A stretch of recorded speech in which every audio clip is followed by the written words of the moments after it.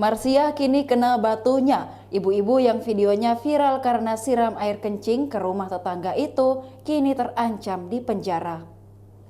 Wiwik, sang korban, sudah melaporkan kelakuan Marsiah itu ke Polsek Sukodono. Kapolsek Sukodono AKP Supriyana mengatakan tindakan terlapor sudah dilakukan sejak 2017. Masalah ini rupanya sudah pernah dimediasi dan terlapor berjanji untuk tidak mengulangi perbuatannya lagi. Namun kenyataannya tidak demikian. Saat ini polisi sedang mencari unsur pidana dalam peristiwa itu. Kapolsek pun menyebut jika Marsiah bisa terancam tindak pidana ringan. Awal mula permasalahan saat adik Marsiah menjual rumahnya kepada Wiwik beberapa tahun lalu.